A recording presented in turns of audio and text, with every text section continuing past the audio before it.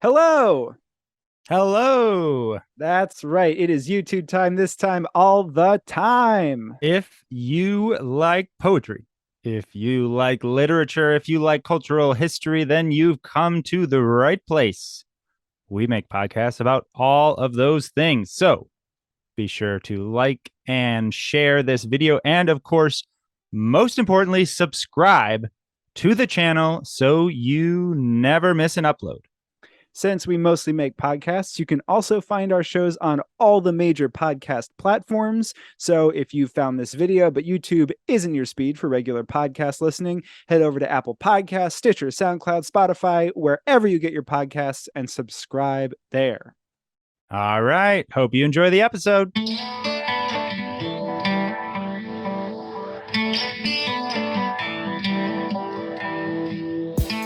Hello and welcome to Close Talking, the world's most popular poetry analysis podcast from Cardboard Box Productions Incorporated. I am co-host Jack Rossiter Munley. And I am your other co-host, Connor McNamara Stratton. And together we read a poem, talk about the poem, and read the poem again.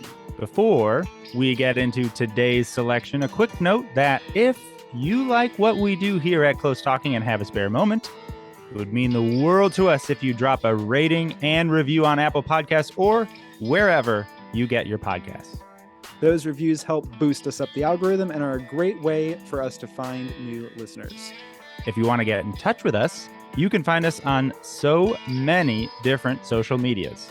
On Twitter, the show is at Close Talking. I am at Jack Rossiter Munn, and Connor is at Connor M. Stratton. On Instagram, the show is at Close Talking Poetry. And on Facebook, it's facebook.com/Close Talking. We also have a whole website just for the podcast. It is closetalking.com, where you can find all the past episodes of the show. And Cardboard Box Productions has a newsletter, Unboxed. So if you go to cardboardboxproductionsinc.com, you can subscribe for more behind-the-scenes stuff on Close Talking and on all the literary and cultural history podcasts that Cardboard Box Productions makes. All right, on with the show. Hello, and welcome to this all-new episode of Close Talking. I am one of your co-hosts, Jack Rossiter Munley. And I am your other co-host, Connor McNamara Stratton. And we are here to talk about yet another wonderful poem, and this one, in contrast to many of the poems we pick, is a little bit on the lighter side, a little bit of fun fare for you. It is called Ontology and the Platypus. Any poem with platypus in the title's got to be good, right? By Kathy Fagan. And this poem specifically was not a suggestion from a listener, but Kathy Fagan as a poet for us to dive into was, and that is fantastic. So thank you very much to Fritha Strand, who not only gave us a rating over on the iTunes store where this suggestion was made, but also sent us an email. So thank you so much for reaching out and letting us know what you want to hear. Anybody else who likes this show or wants to hear a certain poet or poem, feel free to leave us a review on the iTunes store and mention it there. We love reviews on the iTunes store, even if you don't mention a poem, but that's a whole other story. And feel free to send us an email, closetalkingpoetry@gmail.com, because we listen to you, so let us know. Before we dive into the poem itself, a little bit about Kathy Fagan, who is pretty cool. She's written 5 books of poetry, all of which have been nominated for various prizes. Her most recent one is titled Sycamore, came out in 2017 from Milkweed. She's also had poems appear in Poetry Magazine, the Paris Review, a lot of other very fancy, very cool journals, and she is the director, the creative writing director of the MFA program at Ohio State University. So she's got it going on. This is Ontology and the Platypus by Kathy Fagan. So which mammalian fuck-up list produced the platypus? Produced the bird-billed, flat-foot, erstwhile beavers dressed like ducks for Halloween. Crepuscular and nipple-less, they suckle hatchlings in the changeling dusk. Diaphanously, the god-swan boned a married chick and she begot 2 eggs neither good. The launching of 1,000 ships ensued. Homer never saw a platypus, though in his dreams he may have heard them growl, a noise between a gurgle and a hiss. The males are venomous. A plural form of platypus does not exist. This poem is too good. It's crazy good. It's very funny, and oh my gosh, I have a lot that I want to talk about. One quick thing, even before we do our play-by-play, which we usually do, just sort of a rundown of what's happening. There's a lot of $10 words in this poem, and Yes. I had to look up quite a number of them. Fuck up was not one of them, but ontology in the title is the sort of the study of the nature of being. So you got astrology, which is the natures of stars and personalities, and then you have ontology. The two most important ologies, astro and onto. Yep. You you get your sign from astrology, and you get your existential crisis from ontology. Perfect. And okay, other words that are crazy. Erstwhile, I actually didn't know, but it just means like formerly or in the past. So it's kind of like FKA twigs. And sort of like a little bit of a connotation of hidden in some way. Like hasn't been heard from or seen from in a while, kind of in the past. I see. Interesting. Okay, cool. Crepuscular, a great word. I was thinking about crepes, but it's in fact having to do with twilight. So a little different than crepes, but still pretty great. What's the word that has to do with new moon? Oh, I don't know, but I'm worried. I don't know either. That's just the next Twilight book. Oh, God. Then we have changeling, which I thought I knew, but then I looked at it and I realized I didn't know, is a child that's like secretly exchanged for another in infancy. So it's like a swap baby kind of thing. Interesting. There's also myths about changelings, and that term has been like loosely applied to types of mythology where there are like skin changers, that kind of thing. That has sometimes been referred to as changelings as well. Okay. That's probably the more original definition, and which in this context is probably more relevant because it's dealing with like Homeric myth. But at any rate, then there's the great Diaphanously. Yes, Diaphanously. Which is kind of like delicate or like a fine texture. Basically, I think from the Latin, it's like it's to show or something. So it's like you can see through it. It's like translucent, but it actually is like got finesse or something. I think that's what I got anyway. Definitely. Yeah, those were the hard ones. And there's a lot of them, and they're kind of front-loaded in the poem, which is interesting. Yeah, no, it is very interesting. And I think there's a lot to say about her choice of diction and her choice of words. It's very deliberate and delightful. But maybe a quick little rundown of the play-by-play. I think that's a good idea. We got our speaker. So which mammalian fuck-up list produced the platypus is just like, how do we get a freaking platypus? Platypuses are so weird. It looks like a beaver. It also a duck. And doesn't have any nipples and stuff like that. Sort of describing what it looks like, how it behaves, but under the guise of like, this thing is pretty weird, which in fact, it is weird. One of only two kinds of mammals that lay eggs. The monotremes. The monotremes, both found only in Oceania, mostly Australia. Yep. Then we get our stanza break, and we have Diaphanously, the god-swan boned a married chick. And here we have a So literally we have basically I think it's not too much of a stretch. This is like the Zeus, Leda, and the swan myth being evoked, where Zeus changes into a swan and in the myth basically rapes Leda, and then Leda gives birth to Helen and someone else. And then Helen, of course, starts the Trojan War. So that's how we get to the launching of 1,000 ships ensued.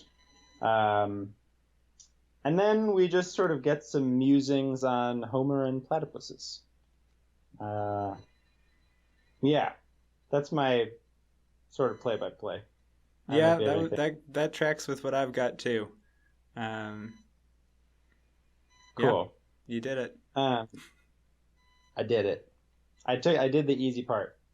Although we did not choose Kathy Fagan, you did pick this poem out of Kathy Fagan's body of work, and I'm curious. Certainly, the lightness, we have been on a real depressing streak. What drew you to this poem, and also just initial thoughts. What do you make of it? There are a few things that drew me to it. Definitely the lightness of it was attractive, not just because we've been on sort of a, streak of tougher poems or in memoriam episodes and that kind of thing. But because I think that it's easy, and a lot of times what is considered serious work is often itself very serious, and it's harder to have like very considered takes on lighter fare. There are some people who do lighter work who end up getting taken seriously. The prime example I can think of is somebody like Edgar Wright, who makes comedy movies, but he does it with enough obvious directorial skill that he gets taken very seriously as a director, even though his work is, fun and funny. What I really liked is that I felt like this was a poem where it was very fun, on one level, very, the big A word, accessible, because you get that immediate jolt of, so which mammalian fuck up list? It's like, all right, I'm with you. I know what this is about. I'm familiar with the platypus. It's an interesting creature, and I'm with you.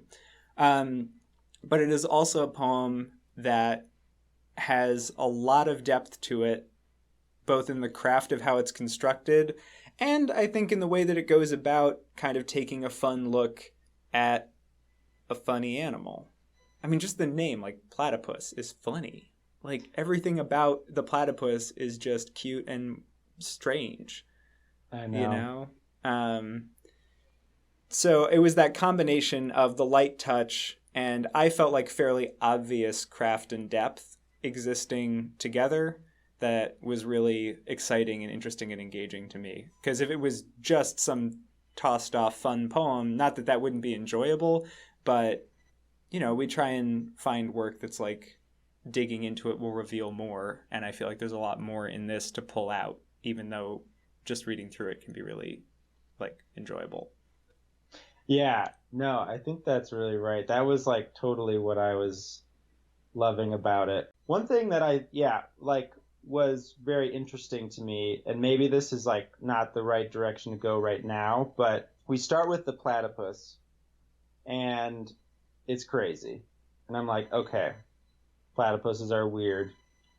And then we go into the myth of like the god-swan, the launching of 1,000 ships. And I'm like, why are we talking about, or, what's the connection between platypus and this myth? And I eventually made the sort of most literal connection, which is that I think Leda actually laid eggs in at least one of the telling of the myth. And so in most of them it's at least one, sometimes two eggs. Right. And sometimes they both contain like twins and stuff, and that's in some tellings where Castor and Pollux come from, I think, which is a whole other part of it. There's a lot in that myth that goes down depending on who's telling it. Yeah, it's pretty wild. But she's always a mammal that lays eggs, so. Right. So in a sense, it's Leda is a platypus. So that makes sense. But then you know, then I was thinking, okay, we got this word ontology. And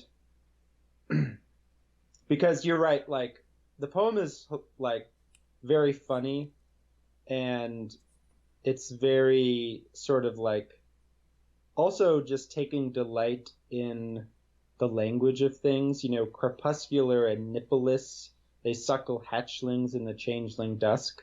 Like, to make nipple-less like work sonically also with Crepuscular is like pretty crazy and impressive. And it's clear throughout that just like it's so fun to say. And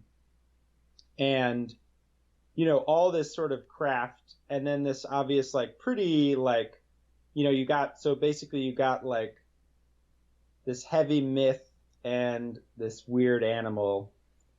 There's like a lot of deliberate sort of weird tensions, and like what's that all getting to? And I don't quite have an answer, but I started to get there with thinking about ontology, because I was like thinking sort of about science, and the platypus is something that sort of defies categorization, and we're like, what is something? And we want to say that mammals, what is a mammal? What is the being of a mammal? Well, normally we say they give birth to live babies, right?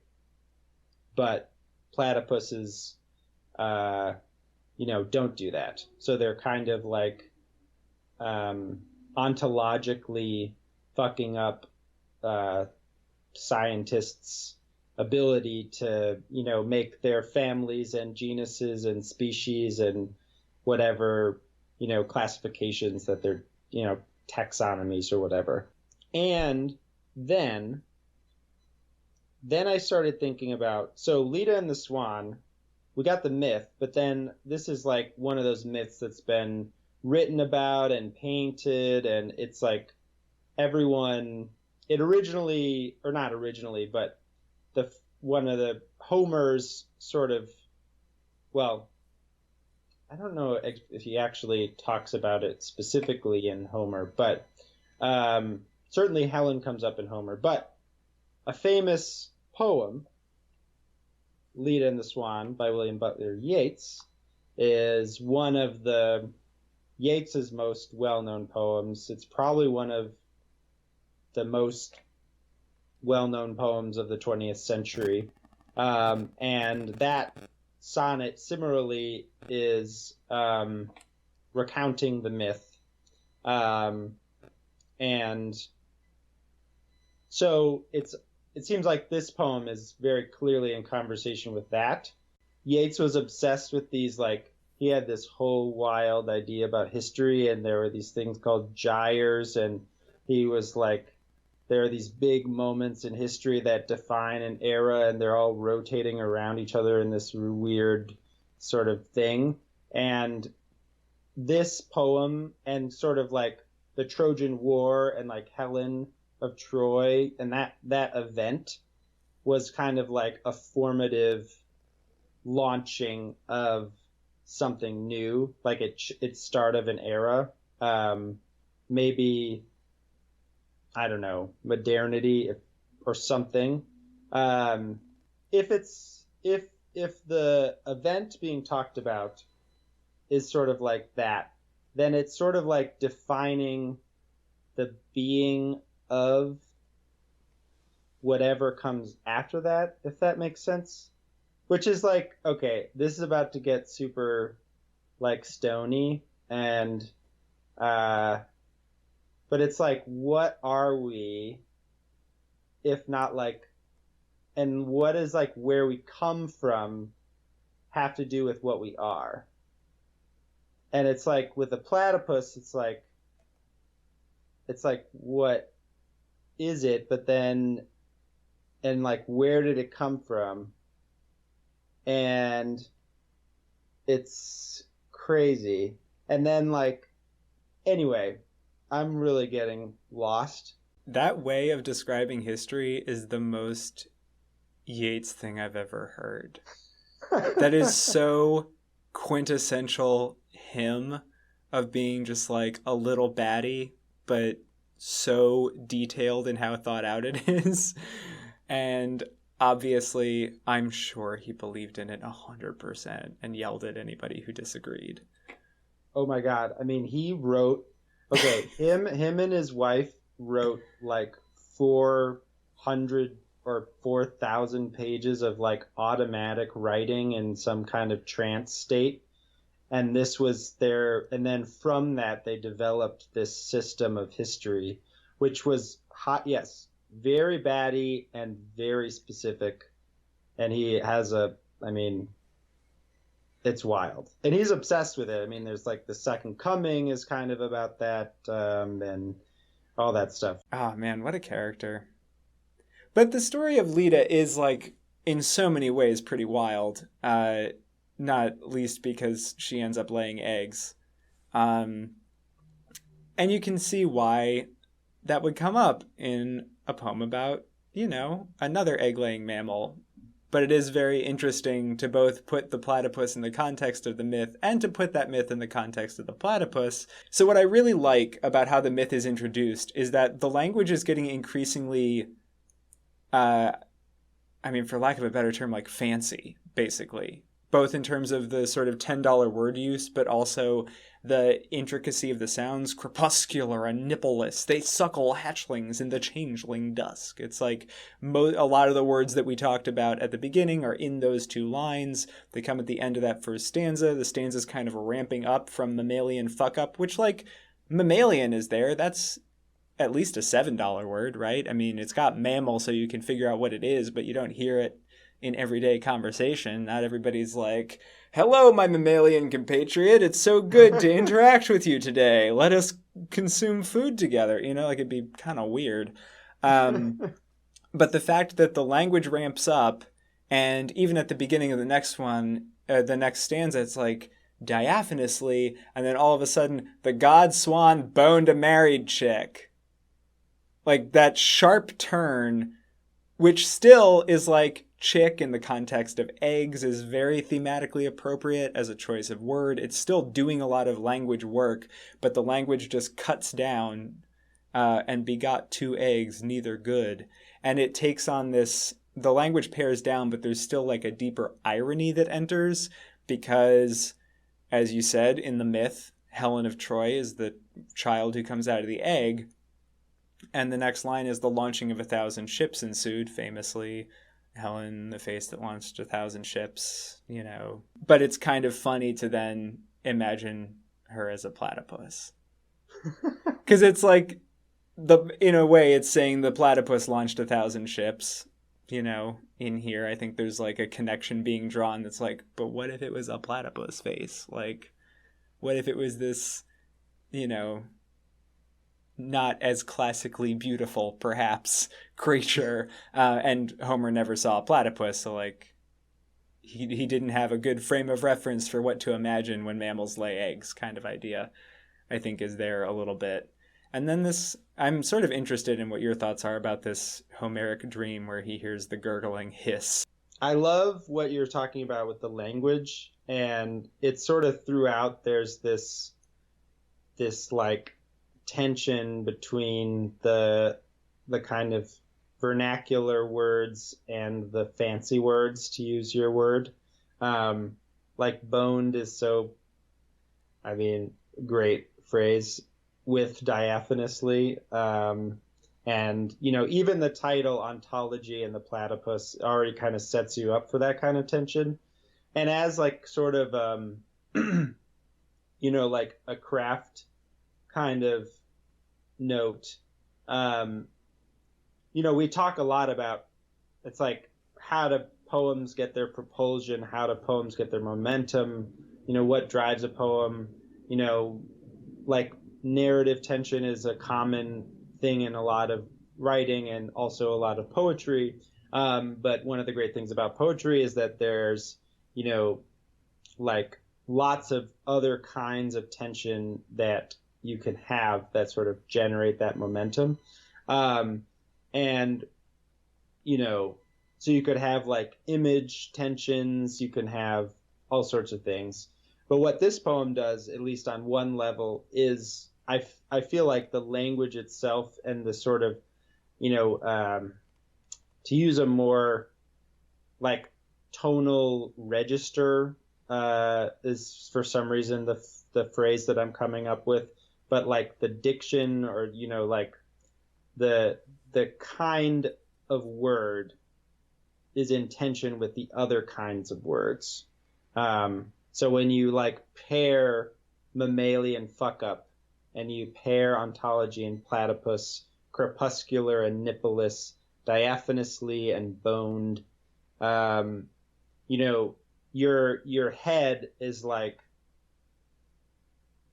okay, like if it was only ontology, mammalian, diaphanously, you're like, okay, this is like a high level ornate poem. I'd be like, I can't access this. This is just like elite poetry stuff that I'll never understand. And if it was like fuck up and nipple-less and boned, you'd be like, okay, this is either like someone's texts that I shouldn't be seeing, or it's like a poet who's being funny or whatever. But like in both situations by themselves, as a reader, I like enter a state of mind that's different. One professor I was a graduate assistant for, she used the beginning of Emma by Jane Austen as kind of an illustration, which begins, Emma Woodhouse, handsome, clever, and rich, with a comfortable home and happy disposition, seemed to unite some of the best blessings of existence. Da da da da da da da da da.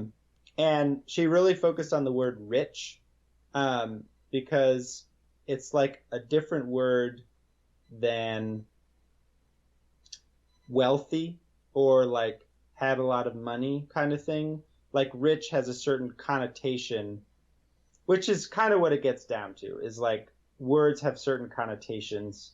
And, like saying rich characterizes Emma already in a certain way that a word like wealthy would not.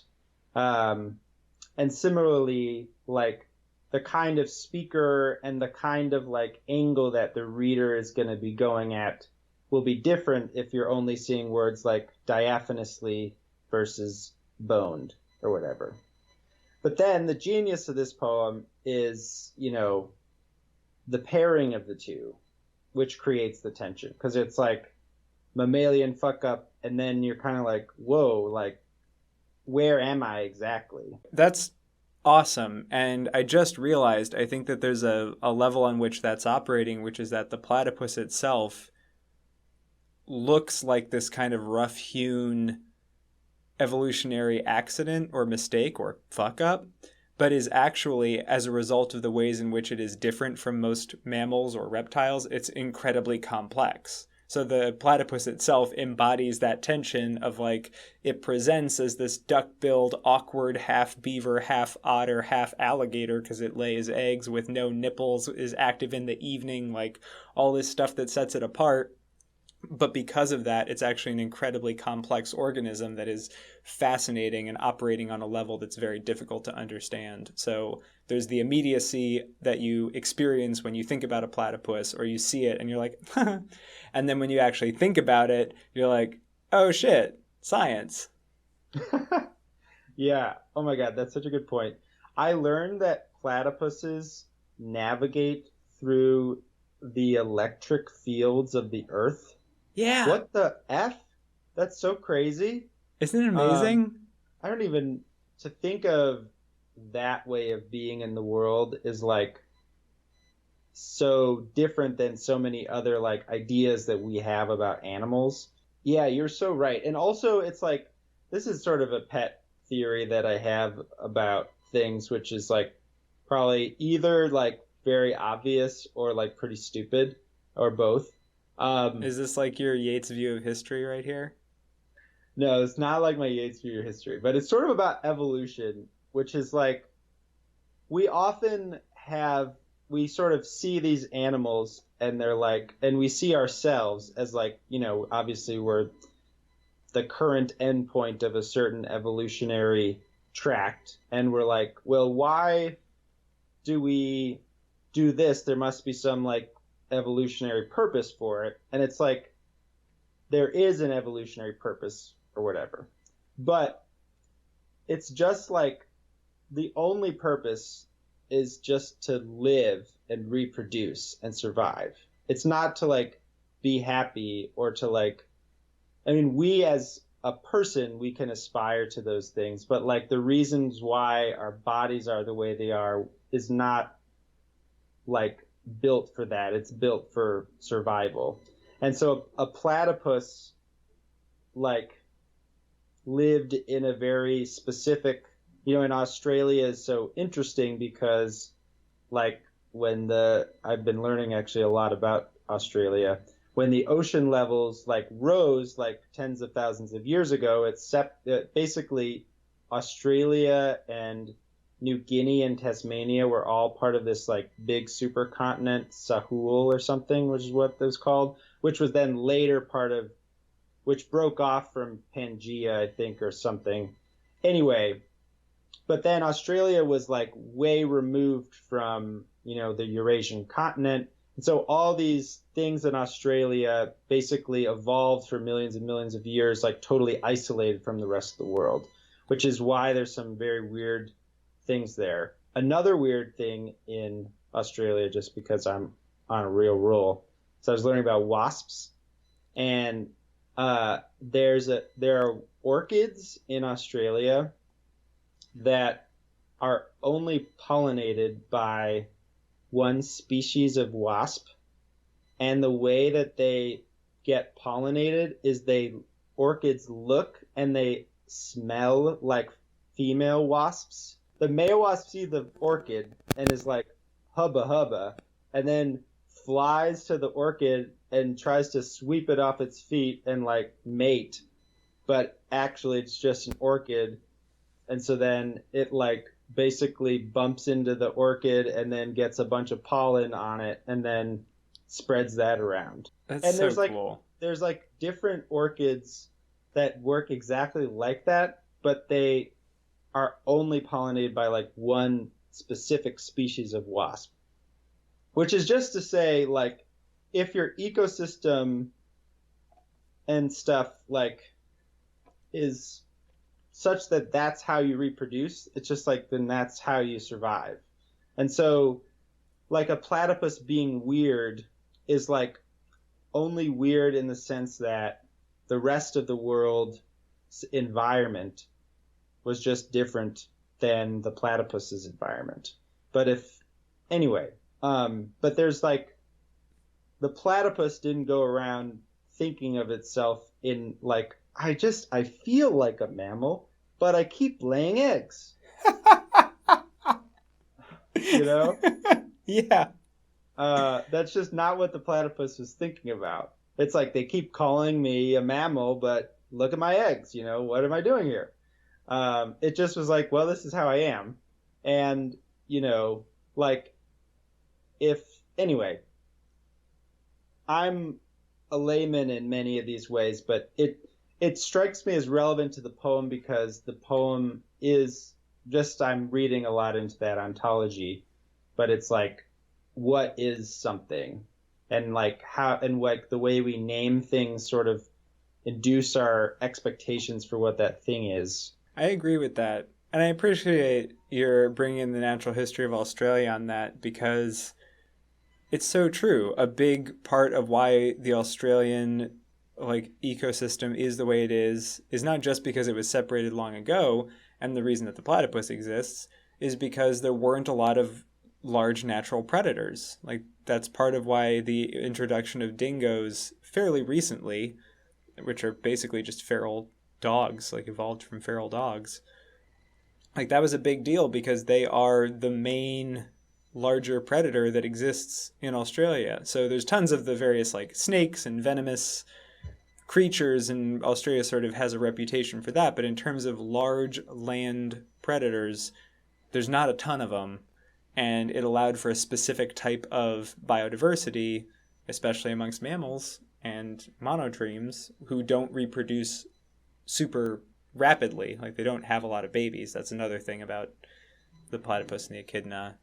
I think the biggest things we haven't hit are the very end of the poem, which is the males are venomous, a plural form of platypus does not exist. And we have used some plurals. We've said platypuses, and there is a variety of ways that people pluralize the word. A lot of people's instinct is to say platypi, which is sort of a false Latin common pluralization that a lot of us do with various words that actually have other origins, like Greek, but sound Latin to our ears. So we tag on that platypi or octopi or whatever, we tag that onto the end when it's not necessarily, linguistically correct. Some scientists just use platypus as the plural. Some use platypuses, and sometimes platypodes comes into play. So there isn't really an official pluralization. So though people use different means of communicating that they are talking about more than one platypus, I think this poem is accurate in saying there isn't an actual plural form that's like commonly used or 100% correct. And that to me is an interesting note to end on, because it sort of speaks to the uniqueness of this creature in a way. And then it also adds this complicating of the idea of naming, which when you're talking about ontology or the nature of something's being, so much of how we identify literally anything in the world is by how we name it and how we communicate about it with each other. So saying that there are limits on the naming of this creature, to me, was an interesting reflection on the idea of ontology. I'm not quite sure where I go with it, and I'm kind of curious for your thoughts if you have them. Yeah, that's really, really interesting. I love that. I have two thoughts that I think are separate, but maybe I hope not separate. In terms of the plural, just sort of saying what you said again, like not just the naming, but like to name or to categorize, we depend on a group of things being together and being like, okay, these are what mammals have in common. Or like, in a more non-scientific sense, we're just like, okay, this is what Americans are like. They're rude and loud, or whatever. But so, like, part of why it's like you can't, if there's no plural form of something, there's no like other form of it to name or to draw, like, if there's no form of it, if there's no plural form of it, then you can't like make comparisons among platypus, right? You just have the one platypus or something. Which interestingly, I think there's four, this is like getting way more scientific than I usually get, but there's, I think, 4 species of echidna, but there's only 1 species of platypus. So it really is like its own thing. Platypus and humans are alike in this way, and it's kind of a weird evolutionary quirk because there's almost never one species of something on the planet at one time, and Homo sapiens sapiens are really kind of odd in that respect because throughout all of human evolutionary history there have usually been multiple species of human in the world, and we currently don't have that, and that is the case of the platypus as well. Whoa, that's really interesting. And then this just sort of saying what you're saying again, to say that again. The fact that the poet is sort of drawing on the language aspect of platypus is just another way that the naming of things is being like called attention to. Like that the plural form, like the word platypus is like how the poem is getting to that point, which sort of draws more attention to that. So that's one of the thoughts. And then the other thought, which is very unformed, is just like the males are venomous.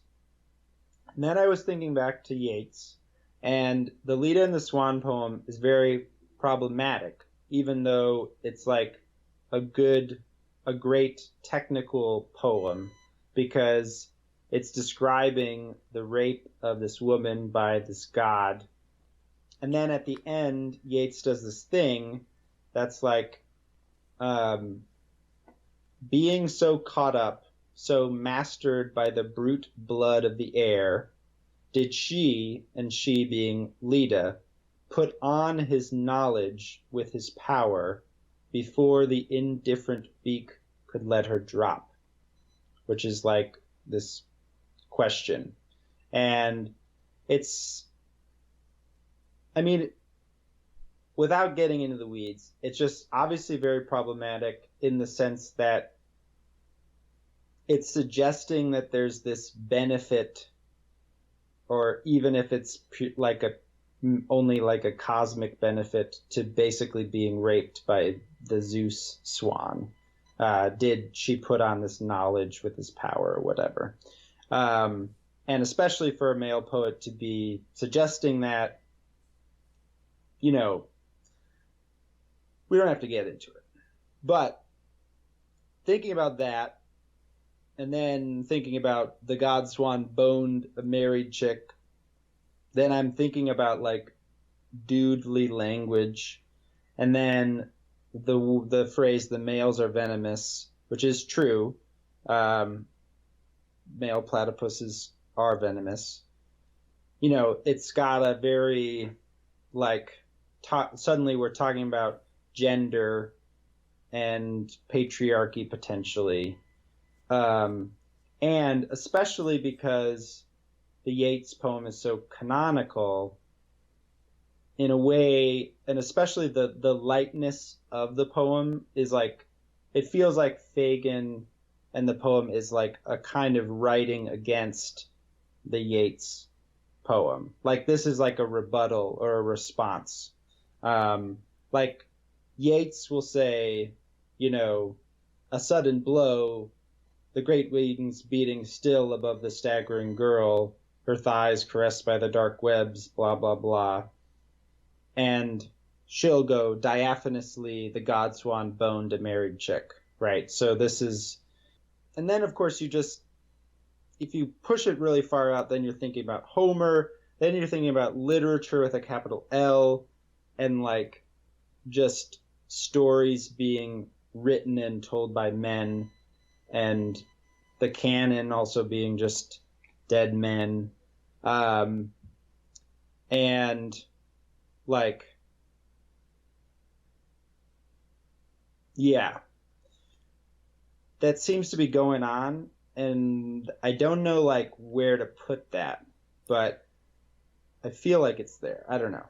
I don't have a great answer, I don't think, except that there is this interesting connection being drawn between the platypus and, if we are going to that sort of abstracted literature with an L canon, capitalized letters place, there is a little bit of a connection being drawn between the platypus and woman or women. And in some ways, that's an indictment being laid at the feet of somebody like Homer, who never saw a platypus, meaning never really appreciated it for all that it is, or wouldn't have understood it if he did. And also that the way that Homer or Yeats were creating women in their stories was, in some way, like viewing them as this strange other thing, the way that we might view a platypus without viewing it more complexly. I don't know if that's really in the poem, but I think you could potentially see that happening as a way that Fagan is writing against them, sort of injecting this note of irony and this note of critique of like, is this what you think women are? You ding-dongs? All right. Should we read it again? I think we should. Ontology and the Platypus by Kathy Fagan. So which mammalian fuck-up list produced the platypus? Produce the bird-billed flat-foot erstwhile beavers dressed like ducks for Halloween. Crepuscular and nipple-less, they suckle hatchlings in the changeling dusk. Diaphanously, the god-swan boned a married chick, and she begot 2 eggs, neither good. The launching of 1,000 ships ensued. Homer never saw a platypus, though in his dreams he may have heard them growl, a noise between a gurgle and a hiss. The males are venomous. A plural form of platypus does not exist.